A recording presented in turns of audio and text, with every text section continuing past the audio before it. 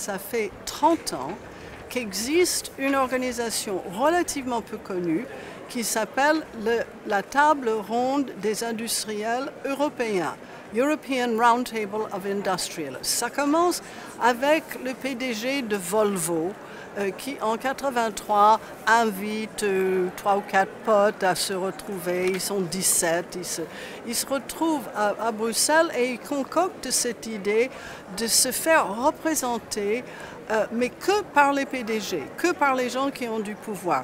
Et aujourd'hui, il y a une cinquantaine des présidents des plus grosses. Ils disent représenter quelque chose comme 7 000 milliards de ventes, si on prend tous les sous-traitants, etc.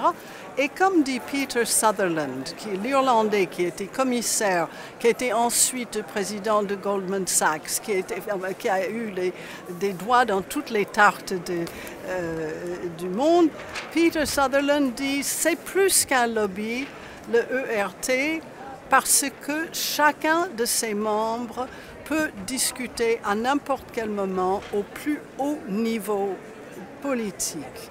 Donc, ces personnes ont maintenant leur agenda, c'est leur ordre du jour, c'est très professionnel.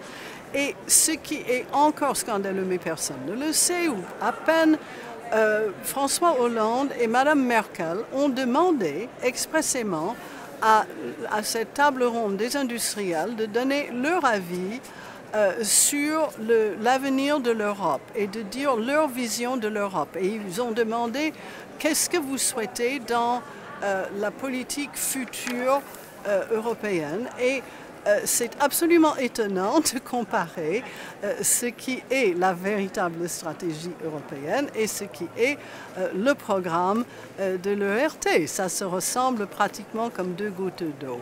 Alors, il y a de bonnes choses. Ils disent qu'il faut plus de recherche et développement en Europe. Personne ne peut être en désaccord avec ça.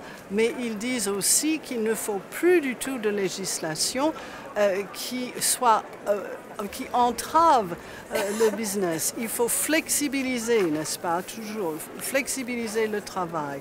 Il faut donner un maximum à la compétitivité, etc., etc. Mais l'ordre du jour est en réalité l'ordre du jour ultra-libéral qui est le leur depuis 30 ans. Si je peux passer de là à un autre lobby très puissant, parce que l'ERT, comme dit Sullivan, c'est plus qu'un lobby, c'est Business Europe, qui est maintenant présidé par Antoine Seillière, qui était autrefois le président de notre MEDEF et qui est allé à l'échelon supérieur en Europe. Et Antoine Seillière, maintenant, fédère non seulement les associations similaires au MEDEF de toute l'Europe, mais aussi beaucoup de fédérations selon les secteurs. Un peu comme le MEDEF, il y a métallurgie, il y a d'autres secteurs qui sont présents.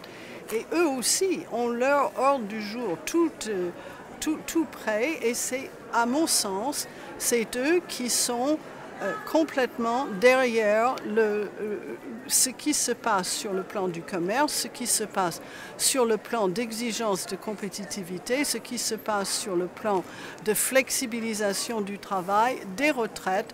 Chaque dossier qu'on veut examiner en France où Travail attaque a sa contrepartie dans Business Europe et très souvent à la table ronde des industriels aussi.